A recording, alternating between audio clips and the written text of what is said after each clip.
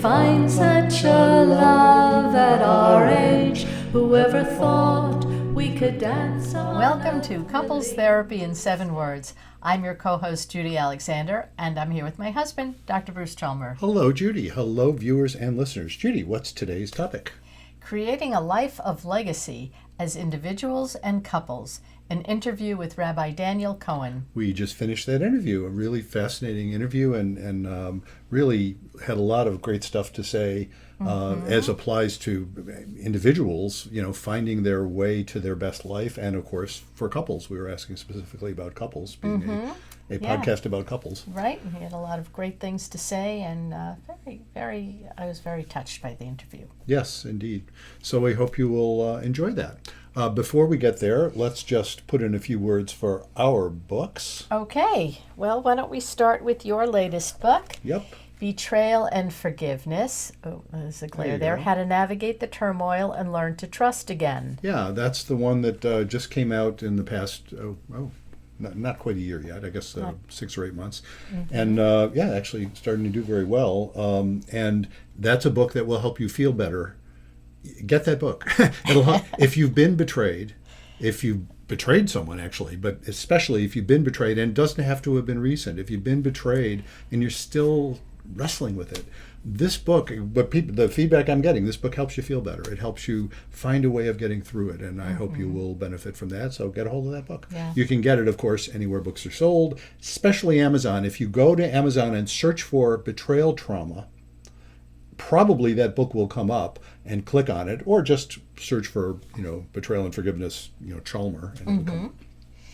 And the book before that one is It's Not About Communication, Why Everything You Know About Couples Therapy is Wrong. Which I did mention, actually. I didn't mention the title of it in our interview with Rabbi Cohen, but I did mention a couple of the chapters in that book about ideas versus ideologies came up in our conversation. Yes, it did. And then there was the book that began our podcast, Reigniting the Spark, Why Stable Relationships Lose Intimacy and How to Get It Back. I'm getting confused about the subtitle of my own book. Yes, you are. Right.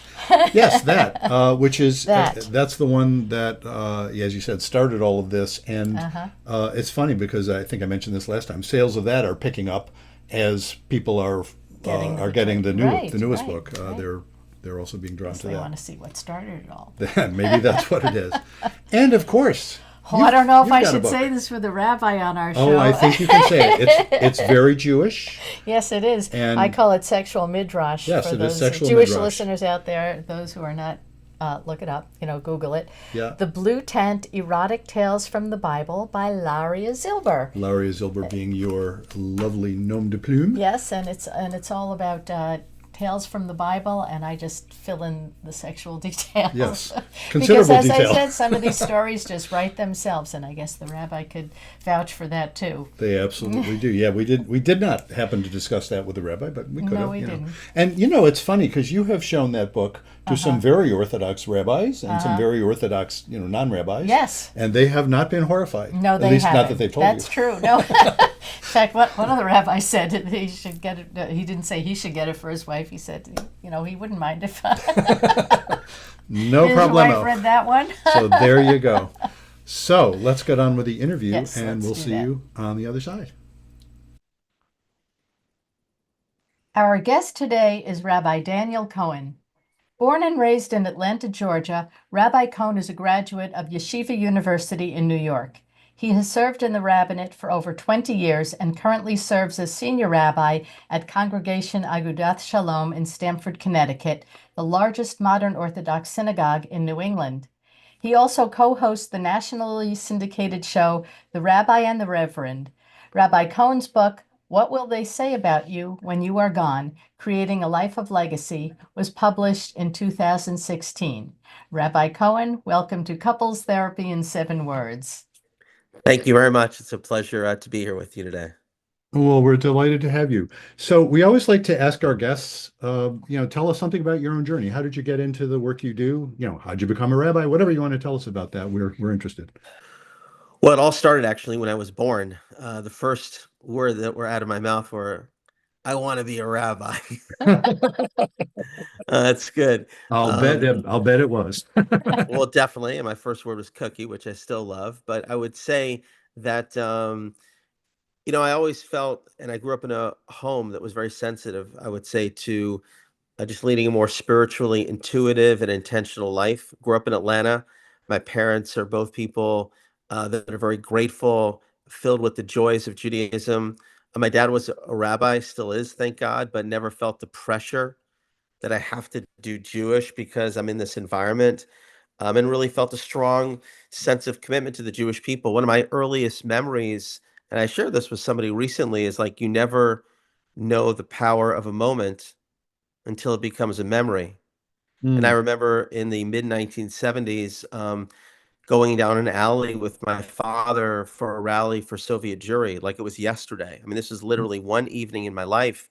And I remember seeing people dancing and singing Am Yisrael Chai, and it just like lit something inside of me that I wanted to be more connected. And my parents, it was really about emulating the life that they did. If somebody needed a place for Shabbos, our home was an address. We had a very open home. So that didn't necessarily lead me to be a rabbi per se, but it gave me a strong sense of really embracing my Judaism and wanting to lead a life that also emulated those values. And then when I got to Yeshiva University, I remember also that I got a knock on the door by a fellow who said, "Do you want to be an advisor for New England Region NCSY?" And I Mm. never really worked with teens before, and that really made a difference for me. And I felt like this is maybe something that I'm interested in doing.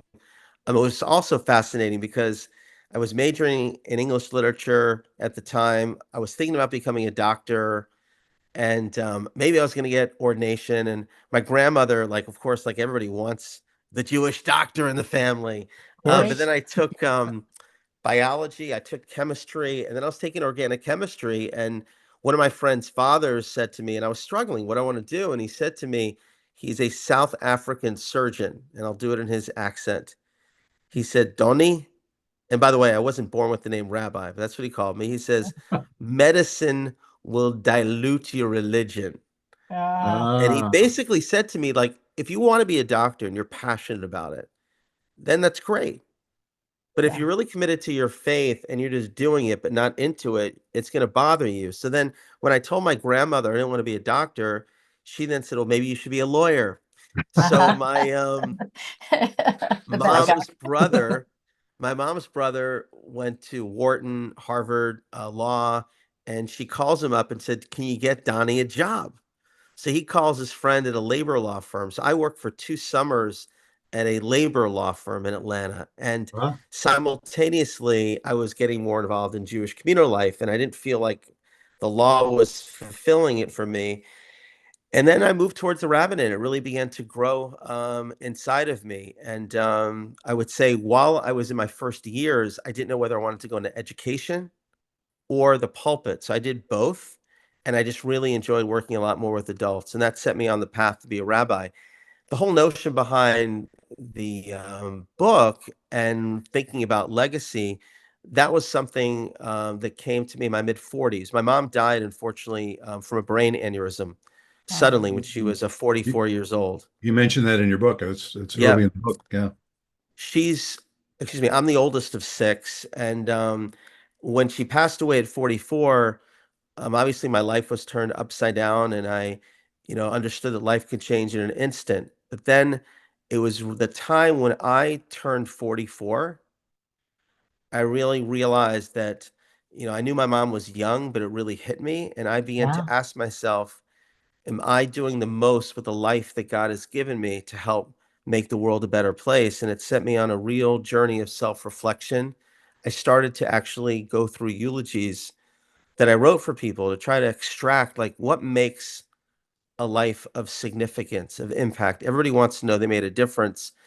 And then I was talking to a friend and he said, you really should help people find a pathway to not lead life from crisis to crisis. Most people get serious when there's a crisis. Mm. And the Right. premise behind the book was, you're at a funeral, and when you leave the funeral, you have a moment when you say to yourself, I hope they speak about me the way they spoke about that individual. And you're generally Mhm. motivated for about 15 minutes. and then you go to life as usual. Yeah. So I developed this idea of I help people identify what is the best version of yourself, what is the kind of life you want to lead, and then I take them on a journey of 7 principles to reverse engineer your life so Mm-hmm. you lead the life now for how you want to be remembered. And that has spawned an online academy called the Legacy Academy. I work with individuals, I work with families, I've written another book, and that's really, I would say, what my main calling right now is to help people live life at the highest frequency and share their light with everyone as often as possible. Can you talk a little bit about that reverse engineering? Sure. Um, Part of it is really thinking about again, how do you want to be remembered? I mean, the reality is I've been with people at the end of their life, a lot of them. And when you confront mortality, you really begin to think like, what's really important? And oftentimes we confuse happiness and pleasure. We're chasing the wrong things to finally realize that maybe I should have invested more in things that are really eternal and enduring as opposed to things that are just transient. So what I do in the book and I do in the academy is I really help people confront those questions when they have health or when they have a time to think about it. I'm a big believer also that there's no such thing as retirement. If somebody's 75 or 80 years old, look, if Moses was on AARP, he would have gone to Florida when he was 80, and the Jews never would have gotten out of Egypt, right? Yeah. Abraham didn't start his career till he was 75. Didn't he say, wasn't Moses saying that at the burning bush? Wouldn't he say one of the objections to God was, but I've got reservations on a trip to Florida. Exactly. That's what I he got to get said, to right? the Yeah. early, I got to get to the early bird at 5 o'clock. Yeah, right. I mean, but I am a big believer that, this is a mystical idea that every day that we open up our eyes, God says the world needs you Mm, and we have a purpose. So when we can identify and say, okay, what are the values? Like, what are the 5 words that I want to be remembered by? What really makes my soul sing? What would I do if I knew I only had 24 hours? I ask people those questions and I help them think about it. And then that creates like, that's really what I want. That's really important. And then I help people with different strategies try to be mindful of that. It mhm, involves things like, living inspired, being grateful every day. How do you cultivate gratitude? It involves an awareness that no encounter is random. I mm. really That's believe that if you meet somebody, you can make a difference. Go ahead. I was saying that it sounds like that's related to your concept of Elijah moments. Hey, you've done your homework. That's true. Then Yeah, of course, we do that. Like a good host, you've done your Yeah, homework. That is related to the Elijah moment. That's yeah. true. Tell us about that, please. Sure. So the Elijah moment, we're all familiar with Elijah. I'm sure some people, if you're Jewish, you may have seen him at the Passover Seder. You see him at circumcision, but Elijah is known as somebody who kind of appears when you need him most. That's the idea. So there's a beautiful story of the Baal Shem Tov tells a story, the great Jewish mystic. He says somebody once came to his mystic and said to him, I want to see Elijah the prophet. So he said to him, if you want to see Elijah the prophet, I want you to go and take food to a widow in the forest and bring them food and spend the weekend there, the Sabbath, and you'll see Elijah the prophet. So he goes there Friday night, Saturday, no Elijah. He comes back on Sunday and says, you promised me I would see Elijah the prophet. So the mystic says to him, I want you to do the exact same thing. Bring food, go into the forest, and I promise this week you'll see Elijah. So he goes on a Friday afternoon. He's within earshot of the home and he hears a child crying out to the mother. And the child says to the mother, how are we going to get food for the Sabbath this week? And the mother turns to the child and says, just like Elijah came last week, Elijah is going to come again. Wow. Mm, And in that moment, he realized that he was the Elijah that this woman was waiting for. Yeah. And the Elijah principle means that we may not be able to change the world, but we can change the world of one person every day. mm, Right. And Mark Twain said the 2 most important days of your life are the day when you're born and the day when you understand why. And I Wow. believe that intuitively. God's light is everywhere. There's an opportunity to create a difference in somebody's life all the time.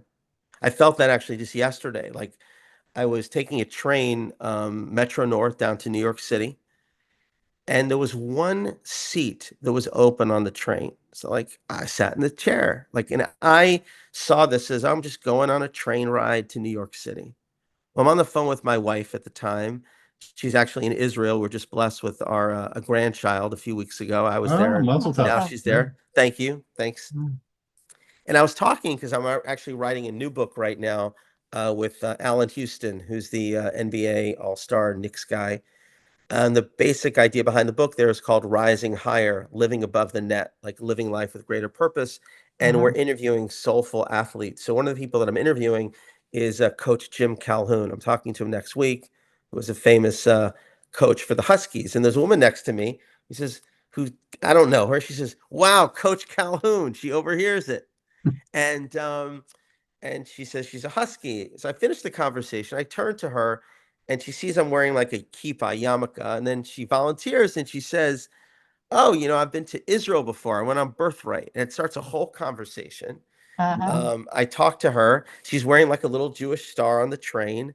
And then she turns to me and says, "Can I ask you a question?" I tell her I'm a rabbi. And then she says, like, I have a baby. I have a boy who's 5 years old. He was never named. He doesn't have a Hebrew name. Mm. And I said, "How come?" She said, "Well, it was COVID, and they did the Brit Milah, the circumcision, in the hospital." Mhm. And I said, "Look, maybe I can help you. The special ceremony, we can do it." And we exchanged numbers. And then she says, "My grandmother will be so happy." She didn't marry a Jewish guy, but the baby's Jewish. Mhm. And she, "My grandmother's going to be so happy that I spoke to a rabbi on the train today." And like I'm thinking God, and I said, God is in that train right now. Yeah, Mhm. Like that was sure. an Elijah moment. Like, That I was. mean, there are hundreds of chairs I could have sat, whatever, but God kept that seat open. And like I sat there, and had I not connected with her, like Mm-hmm. that moment would have been gone. But that was Right. like, I'll never forget that train ride. I've gone That's a lot of special. trains. Mhm. But when you think about leading a life of legacy, we all have that opportunity. It could be the cashier, it could be a stranger, it could be just making that phone call to somebody who we've always thought about, I need to talk to. And Yeah. you just reach out to them and say, "I'm thinking about you." That's the way life becomes more meaningful. Those are the moments that really are ones that are worthy of future memory. So I talk So, about that a lot in the book. this being, of course, couples therapy in 7 words, we're all about couples relationships, and I know you've addressed issues with couples, and so I'm curious, actually, how might you apply that concept of kind of being alert to Elijah moments to couple relationships? And I'm going to throw in another question too, so you can go in that direction too. How can you, what do you, how do you help couples not break up? How do you help couples deal with the sort of stuff that I deal with in my practice all the time? So I would say that, there's a lot actually that we can glean from this whole pathway that helps with couples. I mean, I'll give you a few examples. I think that the notion of gratitude and walking with humility is a really important one. The notion that I want to hear you, I'm grateful for you in my life, being able to say thank you as often as possible. I mean, sometimes, and I think we recognize this, relationships, people don't appreciate each other because they're around each other all the time. But the reality is sometimes people in relationships are kinder to strangers than they are the person who's been sitting next to them at a meal every day. Mm. True. So I think cultivating, a sense of gratitude, and I think you would probably also agree that, 9 out of 10 communications between the spouses should be positive. Mm. If there's something that you think you want to talk about or work on or be constructive, make sure that it comes from a place of love, that you're not just always griping and saying negative things because nobody's going to want to hear it. Mhm. But if there's a real sense of gratitude, then that stuff helps as well. I think another important principle is, you know, shared values. This notion of, when you know that you are, um, you know, doing good for each other, with each other. It gets back to the Elijah moment, that notion of doing the small things. Love is a verb, it's not just a statement. Hmm. People will always say in a couple, it's nice you tell me that you love me, but when you're talking to me, you're on your phone or you're not really listening to me. You're not thinking about, for you, maybe you left your socks next to the bed, but for me, that shows you don't care. You're not thinking. Hmm. So I think the small things do matter in a relationship too. So, um, those are some of the things that definitely come to mind. I think something else also, which is important, which is honesty. Part of the thing that I talk about in the book is what I call making courageous choices. King Solomon said, better to have a good name than all the wealth in the world." Hmm. Warren Buffett, who was a wise man, not as wise as King Solomon, but they do call him the Pretty Oracle close. of Omaha, said it takes 20 years to build a reputation. It takes 5 minutes to destroy a reputation. Yeah. Hmm. And knowing that you're making decisions in your marriage and together that are based on principle and not pressure, and conviction, not convenience. So I think that honesty, that authenticity, is really important in a relationship as well. And one of the things that you talk about is having disagreements becoming opportunities. Can you go a little bit more into that for our listeners? Um, sure. Look, I think that, um, you know, it's possible to disagree without being disagreeable. I think, we're Hmm. living in a world where everything becomes so personal. And rather than just try to understand somebody, one of the things that's most important is to distinguish between, I call distinguish and dividing. Just because I don't agree with you doesn't mean I don't love you, doesn't mean I don't honor you, it doesn't mean I'm not listening to you. But when a person does like an ad hominem attack, like you're so stupid, or, how could you say that? That just diminishes them. So I think that many times, by the way, when a person really listens, I found in my own life that it really opens up new understanding. It actually sometimes deepens the relationship Hmm. because rather than be afraid to talk about something that we disagree on, it's an opportunity to grow together, to understand, to Yeah. find common ground. Yeah, One of my books, I actually have a couple of chapters on ideas versus ideologies. And it's a I great know, point. for example, and the Talmud is really a great example of that. It's full of arguments that are quite respectful of the other side, even when they're rejecting it. And Yeah, that when, machlochet l'shem shamayim, an argument for the sake of heaven. yeah, When there's an argument for the sake of heaven, that it's opening people up rather than closing them down. And when people collapse their ideas into ideology and just defend the ideology, nobody hears each other anymore. yeah. And so, It's yeah. fascinating just on that notion, since you quoted the Talmud, is that Uh, is right. The Talmud has a lot of Jewish, well, a lot of arguments, but the last section in the Talmud says there is no greater vessel for blessing than peace. mm, That despite the fact that we may disagree, and that's okay, but we still have to get along. And I'm familiar, I'm sure, with the great houses that would debate each other, Hillel and Shammai. And the mhm. Talmud says that the children of Hillel marry the children of Shammai. It's like today, you know, we're a Democratic family. How could you dare bring a Republican into our house? Or like Uh-huh. vice versa. That's actually Yeah. toxic. It's Oh, yeah. okay. Yeah. So yeah, I know exactly what you're talking about. Yeah, I see that a lot, of course, for the last 8 or 10 years, I've seen that even more than I used to. That phenomenon of people being divided into tribes, and they just can't Yeah, hear each other, and that concept that whichever the other side is, they all must be crazy or evil, and that simply can't be true. I mean, there are yeah, crazy and evil folks, I guess, but there are not that many. Most folks are just looking at it differently for good reason, yeah. and Right. Uh, yeah, yeah. no, I would say Familiar- also this is go ahead. I just wonder if you're familiar with the organization Braver Angels. No, Do you tell know me who they about it. are? They're No. I don't know them that well. I've seen some of their stuff, and we're going to be interviewing somebody who's very much involved in them. They're an organization that was started, I think, right around 2016 or so.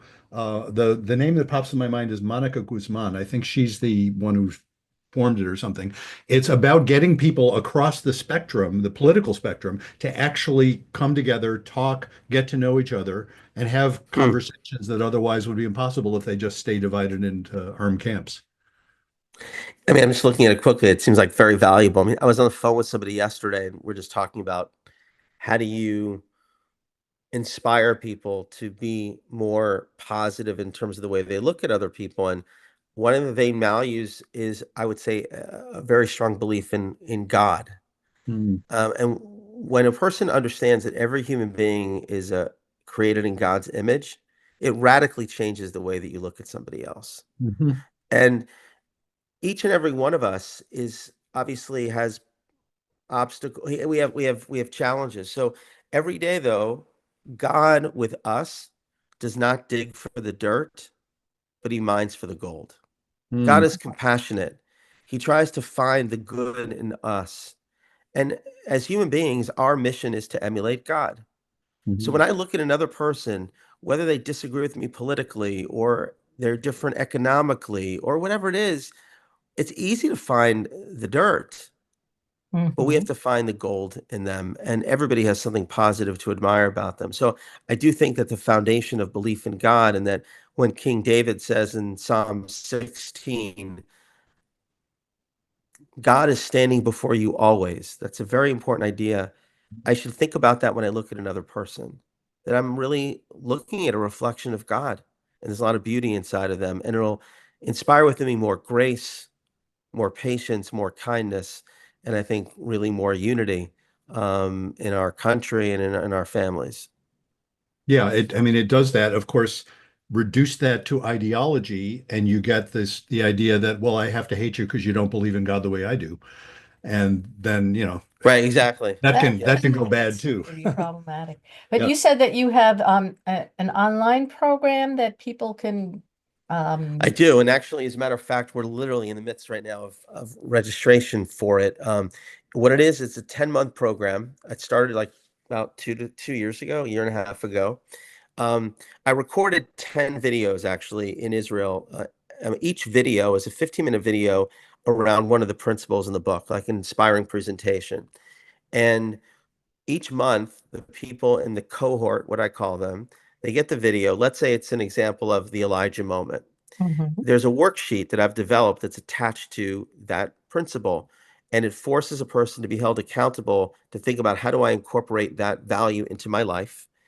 The third week of the month is a cohort conversation, a confidential virtual conversation with around 5, 10 other people that are engaged in this personal development. And then the last week of the month is a one-on-one spiritual consult with me to help people be more intentional about leading this sort of life. So I'm in the midst of actually just graduating the third cohort this week, actually. Mm. And the next one is starting March 1st. So people are signing up for it, and I certainly can send it to you offline. And if you have a group that might be interested, I'm happy to for people to look into it if they want. Yeah, we can put that link in the session in the episode notes for this podcast. So Perfect. this is not Yep. necessarily for couples, but it sounds like that's more individual work, yes or no? Yeah, but it's interesting. I do have couples that do it together, because Sure, I actually would Mhm. it think so. creates opportunities for them to have meaningful conversations so that every Oh, I would month think so, they're yeah. focused on an area of personal growth. Yep. Hmm. Yeah. But you don't have to be in a couple to do it, right? Um, no, it could be singles, it could be couples. I do have a Uh-huh. couple couples that do it, but I also have individuals that are doing it on their own. You Yep. ever have parents and children or siblings? It's funny you say that, actually. I do something which is a legacy academy for families, for intergenerational families, where I work with parents, children, and grandchildren. Because most families, if you ask them, like, what is your family value statement? What do you Hmm. believe in?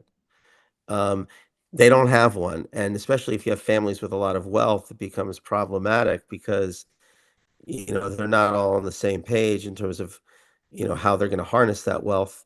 Right. So And you I see so started much, something like that about a year ago. What was that? no, I was going to say you see so many rifts over things exactly like that. Yep, yep. So I'm working with some families, and that's kind of something that I'm also developing as well. Yeah. Hmm. That's important. Oh. Yeah. So There's a how lot of should, yeah, go ahead. you go first. You're the man leading the you're leading the Wait, we have there's conversation. for the There's a sake of our little bit of listeners, delay there's a little here. delay on our link Okay. here. That's why we're bumping into each other a little. So now I was just going to ask, how should people get in touch with you, or again, we can put this in the episode notes, but let people know how to get. Sure.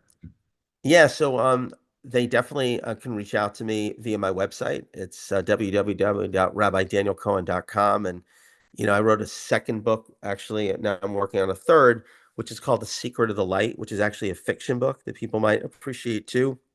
Mhm. Uh, the premise of that book is, and the idea behind it is, how do you stay connected to somebody who's passed away in your life and feel their presence, even if they're not physically here? And the premise in the book, it's a young man in his early 20s. This was a little bit autobiographical, while the book was fiction, who suddenly Uh-huh. loses his mom and he goes into a real funk. He loses faith in himself and in the world around him. It's the mid 1980s in New York City, and he's meandering around Times Square when Times Square was not a great place in the mid 1980s.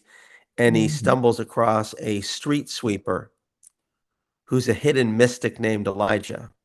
And Elijah sets him on a path to something called the secret of the light that helps him realize that, you know, God is in him, that he still has life purpose, that his mother's presence is very much a part of him. And it's a very, I would say, powerful book in terms of giving people hope after they've experienced loss, and the notion that rather than lament the darkness, which is easy to do, the best thing to do is to increase the light in the world. So that's something that might be of interest to people. I have a radio show, a podcast. So yeah, they can always just send me an email, and happy to connect with people for sure, of all faiths. Yeah. Actually, speaking of all faiths, I wanted to ask you about your show, The Rabbi and the Reverend. Can you tell us about Yeah, that? Yeah. sure. So it's actually a good friend of mine. Now he's almost like a soul brother. His name is Greg Dahl. He's the pastor at Norotan Presbyterian Church, which is the largest Presbyterian church in New England. And it just began with a phone call, probably close to 15 years ago, when he wanted to bring his confirmation class to our synagogue on a Shabbat on a Saturday morning. And I said, let's get coffee together. And it turns out we just hit it off. We're both sports fans and we're similar stages of life. And we spent some time together, our families. And what happened was that I told him I wanted to do a campaign with him called the Elijah Moment campaign, which is in a world of violence. Let's flood the world with acts of kindness. It was between Thanksgiving and New Year's one year.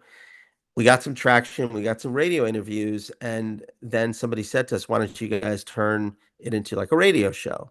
That's over 10 Uh-huh. years ago. So now we have a radio show, and it's easy to do because we do it on Zoom and it pops out to different radio stations. It's on Spotify and Apple, but it's nice. We have a great relationship. I actually went to his church a few weeks ago because he's doing a sermon series on the Sabbath. So he's always said to me that I'm envious of the Jewish Sabbath.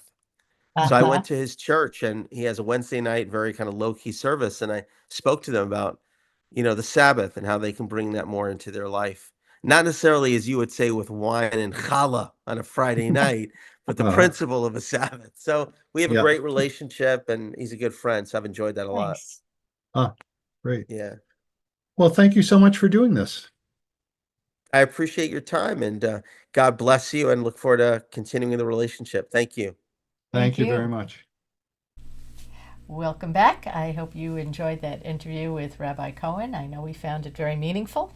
We did indeed. And Mm-hmm. you can check out the notes for this episode where we'll have information on how you can get in touch with him and find his books and that kind of thing. While you're at it, by the way, find our books. Yes. Buy our books. And you already Firebucks. know what those are. Mm-hmm. And also go to our website. If people want to go to Ah, contact us, how right. can they do How that? can they do that? They can go to ctn7.com. That's CT, Couples Therapy in 7, the numeral 7.com. And you can post your comments. You can ask us questions. You can suggest ideas for interviews. You can also suggest yourself for an interview if you'd like to be on our show. Yeah, and in fact, they didn't happen to do it through the website, but Rabbi Cohen, actually, we were contacted by some folks who work for Rabbi Cohen, and that's often how we get a lot of our guests. People contact us and suggest people, and we don't accept every suggestion, but we do, we accept the good ones, by golly. And We've gotten a lot of good suggestions. gotten a lot of really good suggestions, so do feel free. If we think not, we'll let you know, but I'll bet if you think you'd be a good guest, I'll bet you would be. Right, and the rabbi was talking about chance encounters. You might be one of those chance encounters. Absolutely. And so until next time, Remember, be kind don't panic. and have faith.